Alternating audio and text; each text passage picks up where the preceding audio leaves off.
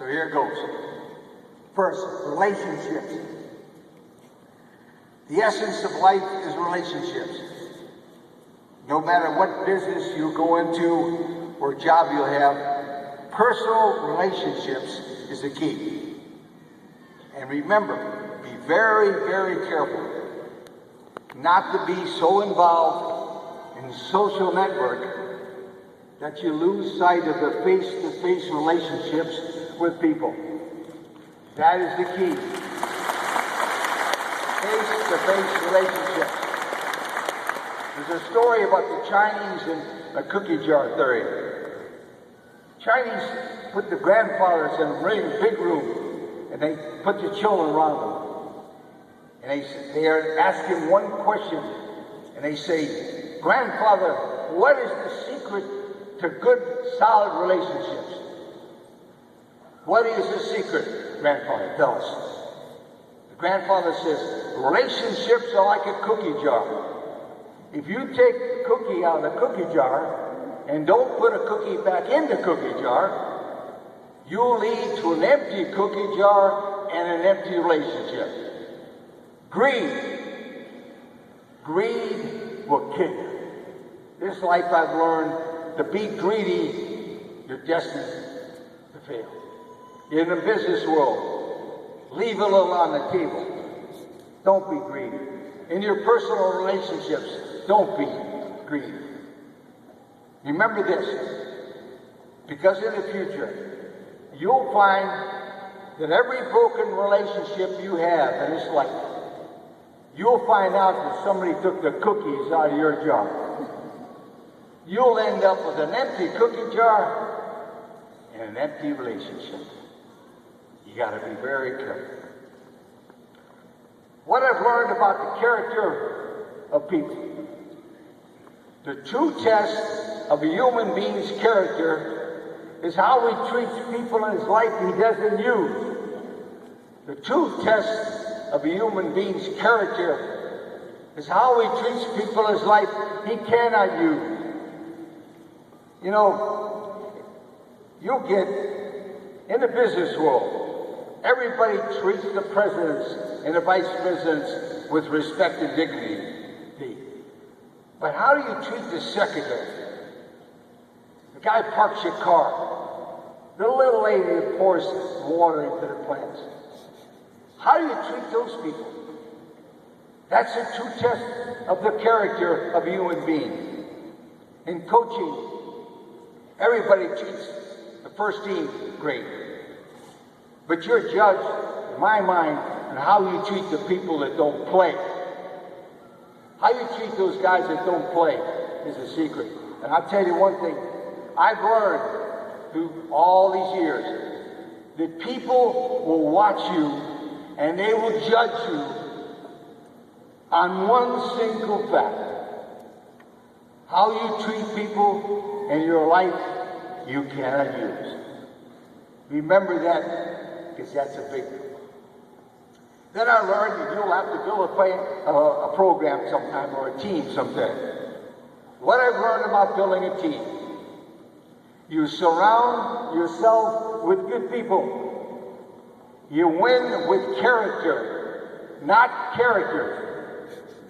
And there's a hell of a difference in that S. I tell you, when things are going well, everything's perfect, it's all right. But when bad things happen, characters will all point the finger. They never pull the thumb. And there's a hell of a difference between a finger and that thumb.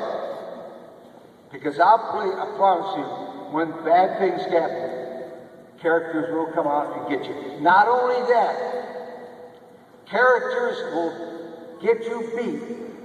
They'll get you fired. Characters will not only get you beat, they'll get you fired. Because they'll all point the finger. Nobody pulls a thumb. Now, when I was a coach, you never get, in your organization, you never get rid of a good, loyal, hard-working, dedicated human being. They're hard to find.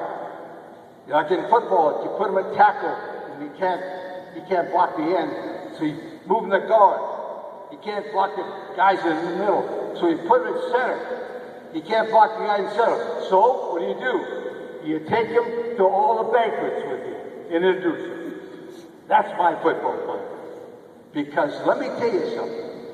You can't find enough good, hard-working, loyal human beings to associate yourself with.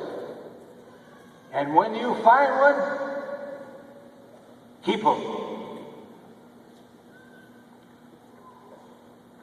When I was coaching in Indiana, I used to have a test. I bring all the prospects in, I put them on the front row of the basketball game. And I'd watch them when the national anthem was played. I had 3 kids there, good look, and I said, they wouldn't get up. They wouldn't stand up. They wouldn't even stand up for national anthem, and they would not take their hat off. I said, geez. I said, Pete, assistant coach, I said, you see those 3 guys? He said, yeah. I want them out of here. He said, but they can run, and they're going to help us win. I said, I want them out of here by halftime. He said, what do you mean? I said, I want them out of here. If they can't respect our country, how do you plan on them respecting our team? They cannot be a football player. Thank you. I said, get him out of here. He says, great, okay, got so he won. I never saw those guys again. Till the next year. We opened the season with them, and they were on the other team. One was throwing, the other was catching, the other was tackling. They beat the crap out of me. Those 3 guys beat the crap out of my football team. That was devastating. I said, oh, we'll be all right. We get them next year at Bloomington. Same thing happened. Those 3 guys running and throwing and kicking, and they just beat the crap out of me in second year row. Boy, that was devastating.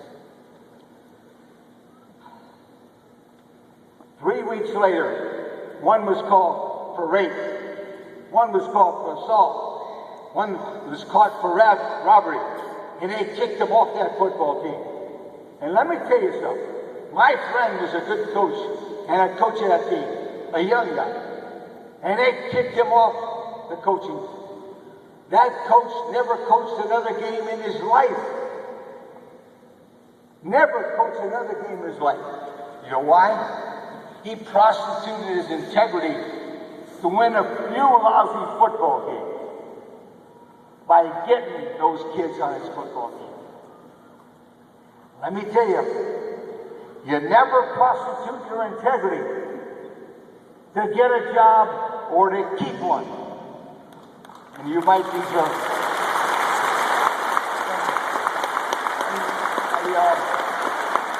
I was a head coach for 15 years. I never had an NCAA investigator ever talk to one of my players. Not once in 15 years. I'm proud of that. The most important lesson I'm going to leave you with is follows. I was 47 years old. I was a head coach in Indiana. Had 3.5 years left in my contract. I beat Purdue twice in a row, which is like beating Florida twice in a row. I beat them twice in a row. And I had material things. I had everything a man could want. I was the luckiest guy in the world. And I got my first break in my life. Indiana fired me. I found out about it in the newspaper. They fired me. It hurt. But I tell you one thing. It killed my family. It hurt my family a lot. Not because he fired me, but the way he did. But let me tell you something. I learned that 95% of the true friends you have in this life live under the same roof that you do. When it got down to it, my family was all I had left. And you can't do enough for your family. When you think you've done enough, do more. You can't do enough. Your family is most important. Let me tell you something. I've been fortunate to do a lot of things in my life. I have one plaque. It sits on my desk. It says, to Coach Lee Corso for 25 years of coaching with honesty and integrity. You know who gave me that? My family. They gave me that flag and I got it. It's the only thing I got in my heart.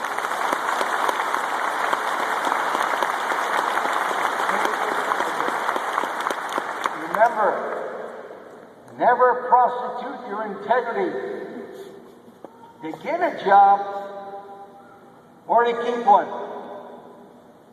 And maybe someday you can get a plaque for your family. Because remember, our greatest glory consists not in never falling, but rising every time you fall. Class of 2012, good luck and thank you.